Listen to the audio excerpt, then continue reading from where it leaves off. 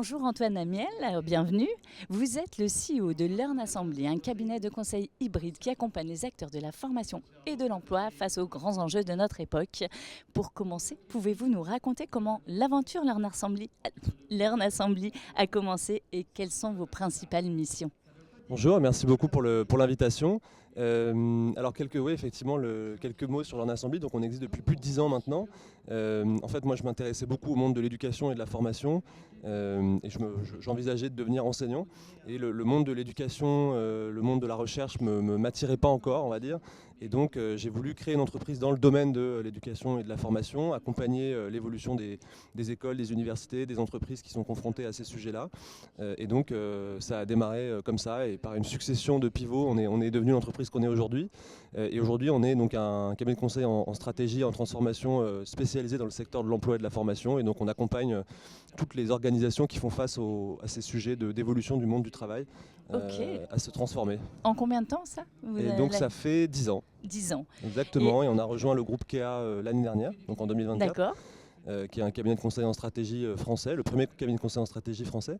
Et donc on est la verticale emploi-formation et on vient travailler avec les directions générales sur leurs enjeux, compétences. Alors vous avez écrit un livre, Formation professionnelle, dans ce livre, Formation professionnelle, la nouvelle lutte des classes, vous dressez un constat sévère mais lucide du système français. Alors qu'est-ce qui vous a poussé à écrire cet ouvrage et quel message central souhaitez-vous faire passer aux décideurs et au grand public ?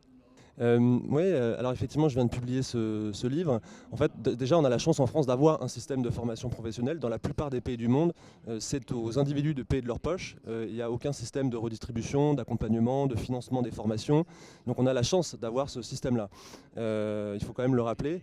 En revanche, aujourd'hui, notre système il est devenu illisible. Il est incompréhensible. Pour le grand public. Pour le grand public, pour les bénéficiaires, les citoyens comme vous. C'est comment faire pour en fait réussir à le rendre plus accessible. Et en fait, aujourd'hui, on est à une époque où on fait face à des changements très profonds dans le monde de l'emploi, où les gens, quel que soit leur parcours, vont avoir besoin de se former en continu. C'est vrai. Et on a besoin d'avoir un système qui soit beaucoup plus accessible, simple, qui contrôle mieux la qualité, qui évite les abus et les fraudes, comme il y a pu en avoir, même si c'est marginal, il y en a eu. Voilà, donc on a besoin de faire évoluer le système.